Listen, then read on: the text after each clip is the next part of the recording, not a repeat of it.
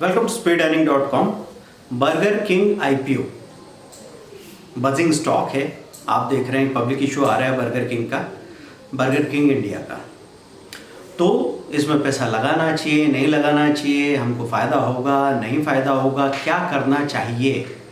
तो मैं यहाँ पे सिस्टमेटिक और सबसे आसान तरीका बता रहा हूँ। हमेशा ही किसी आईपीओ में अप्लाई करते वक्त आप उसका ख्याल रखेंगे। बर्गर किंग आईपीओ पहली बार पब्लिक इशू आ रहा है और 59-60 रुपीज़ का प्राइस बैंड है। मतलब 59 रुपीज़ से नीचे का प्राइस आप नहीं लगा सकते, 60 से ऊपर का प्राइस नहीं लगा सकते। और 250 शेयर्स का मिनिमम बिड लॉट है। मतलब आप 250 के मल्टीपल में लगा सकते हैं। 250, 500, 750, 1000, 1250, 1500। प्रैक्टिकली कितना लगाना चाहिए? क्या एक लॉट लगा दें तो ठीक रहेगा? तो हमने देखा है कि एक सिंगल लॉट में आपके अलॉटमेंट के चांसेस काफ़ी कम हो जाते हैं। हाँ, पर फिर भी ये कहूँगा कि अगर आपके पास पैसों की कमी है तो आप सिंगल लॉट लगाइए, या फिर रिटेल इन्वेस्टर की लिमिट होती है 2 लाख रुपए की, तो आप या तो 2 लाख के आसपास की कोई एप्लीकेशन लगाइए या फिर 15,000 का सिंगल लॉट भेज दीजिए। लेकिन उसमें अलॉटमेंट के चांसेस कैसे होते हैं? ये आईपीओ अभी ग्रे मार्केट में अगर देखें तो इसमें अच्छी डिमांड है। कम से कम 30-40% का प्रीमियम तो वहाँ पे मिल ही रहा है। तो ये स्टॉक अच्छा परफॉर्म करेगा, इसका लिस्टिंग अच्छा होगा, इसके चांसेस बनते हैं। जब आईपीओ क्लोज होगा वहाँ से 7-8 दिन बाद ही ये मार्केट में लिस्ट हो जाएगा। और चांसेस क्या बनते हैं, जैसे आप जुबिलेंट फूड को परफॉर्म करते हुए देख रहे हैं तो उसी सेक्टर के दूसरे स्टॉक अभी बड़ा अच्छा परफॉर्म कर रहे हैं। इससे और संभावना बढ़ जाती है कि ये भी अच्छी तरीके से लिस्ट होगा। लेकिन ये जो भी बात हम कर रहे हैं ये हवा में नहीं करेंगे, हम इसके लिए एक ठोस आधार लेने वाले हैं। ठोस आधार क्या होगा? 2 दिसंबर से 4 दिसंबर का ये इशू पीरियड है। ओपन हो रहा है 2 दिसंबर, 2 दिसंबर और क्लोज हो रहा है 4 दिसंबर। 4 दिसंबर को 12 बजे 12 PM को आप जाएंगे। आप डिमांड ग्राफ nsindia.com करके उसमें जाइए और जो पूरा टेबल दिख रहा है उसकी डिटेल वाला राइट अपर कॉर्नर पे आप डिमांड ग्राफ को क्लिक करेंगे तो वहाँ पे आपको पता लगेगा कितने शेयर्स का इशू, कितने करोड़ का इशू है। 810 करोड़ का इशू है और कितनी एप्लीकेशन पहुँच चुकी है।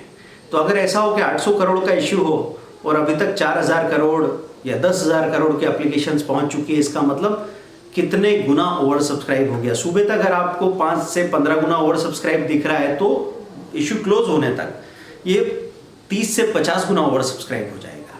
तो आपको एप्लीकेशन भेजना है। अभी यहाँ पे क्या होता है, बहुत सारे लोग बात का सवाल दिमाग में ले आते हैं। अगर आपके पास पैसा है और वो पैसा अभी सेकेंडरी मार्केट में लगाने के लिए आपको ठीक मामला लग भी नहीं रहा है, तो उस पैसे को आपने भेज दिया और बहुत जल्दी या तो अलॉटमेंट मिलेगा, नहीं तो बाकी रिफंड आ जाएगा।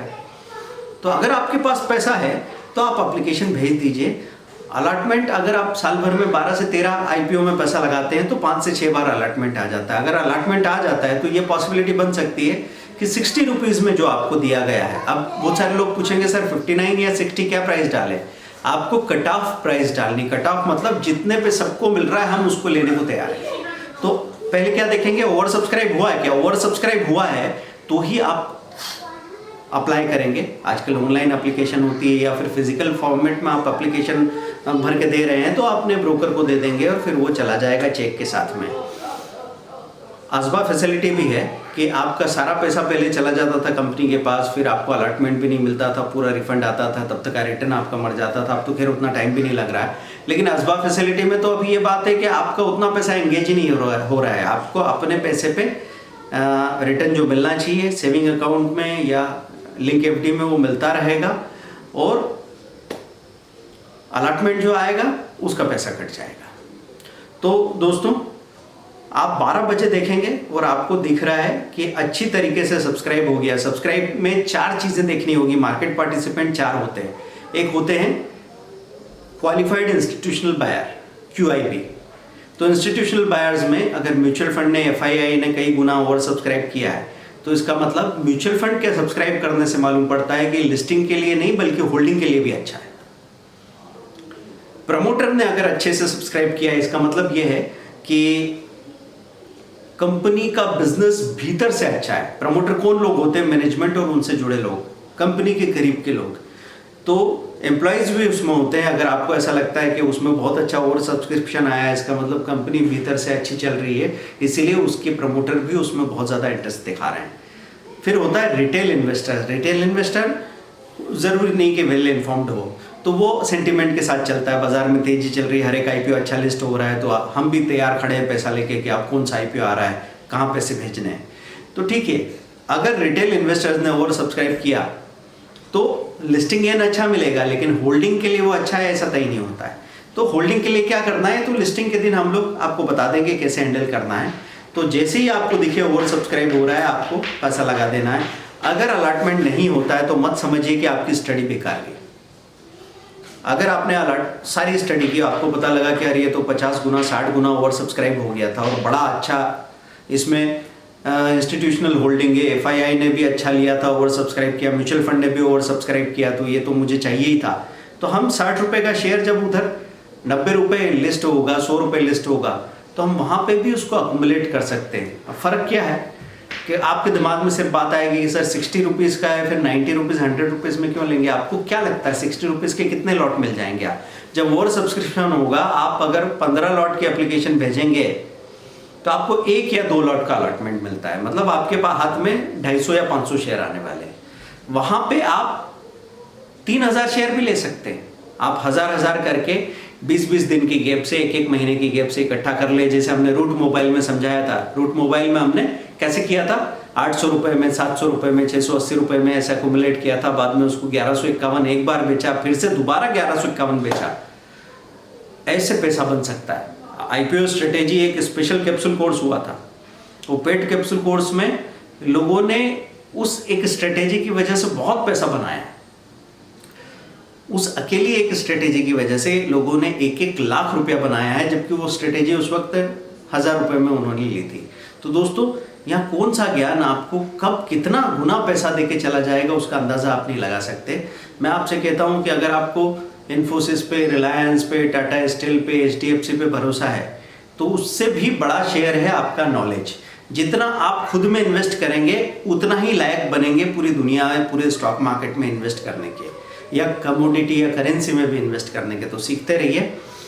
आप बर्गर किंग IPO में अपना पैसा लगा सकते हैं, लेकिन लास्ट डेट पे 12 बजे आप चेक करेंगे 12 PM पे, क्योंकि ये बात सिर्फ इसके लिए नहीं हो रही है। आगे भी जब भी कोई IPO आएगा तो आपका यही तरीका होना चाहिए। नहीं तो क्या होगा, आप वैसे आर्टिकल पढ़ सकते हैं मनी कंट्रोल पे, इकोनॉमिक टाइम्स में, मोतीलाल ओसवाल पे, सब जगह वो बजिंग स्टॉक है, बहुत सारे लोग वीडियो बनाएंगे, लेकिन आप डिसीजन किस चीज़ से करेंगे, ये सब बातें हवा में होगी। कुछ लोग कह रहे हैं अच्छा है, कुछ लोग कह रहे हैं अवॉइड करो, कुछ कह रहे हैं ज़्यादा पैसा लगाओ, कुछ लोग कह रहे हैं कम पैसा लगाओ, वो आप कंफ्यूज हो जाएंगे। आपको वहाँ पे जाके देखना है कि अगर वो 20 गुना 25 गुना ओवर सब्सक्राइब हो रहा है तो शाम तक 50 गुना होने वाला है। आप बिंदास कितना पैसा डाल सकते हो डालिए। तो लोग क्या करते हैं, अपनी फैमिली के 4 डीमैट अकाउंट है, अगर 4 फाइल्स है तो चारों से एप्लीकेशन लगाते हैं और चारों में 1-1 2-2 लॉट आ जाते हैं, तो सीधा सीधा उनको पैसा निकल के बाहर आ जाता है।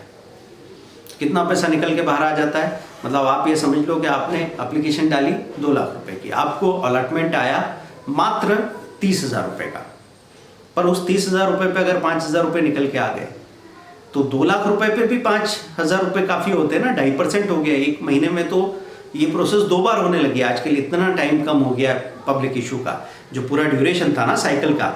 साइकिल मतलब पहले तो खबर आती है कि IPO आने वाला है, fourth coming IPO, current IPO, फिर आप एप्लीकेशन लगाते हैं, आपका पैसा जाता है, उसके बाद आपका अलॉटमेंट डीमैट में आता है, उसके बाद आपको रिफंड आ जाता है, फिर उसकी लिस्टिंग होती है और आप उसको बेच के बाहर निकल सकते हैं। उसको आगे रखना है नहीं रखना है, इसके बारे में भी विचार कर सकते हैं। सिस्टमेटिक सारी चीज़ें हमने अपने कोर्सेज में सिखाई हुई है।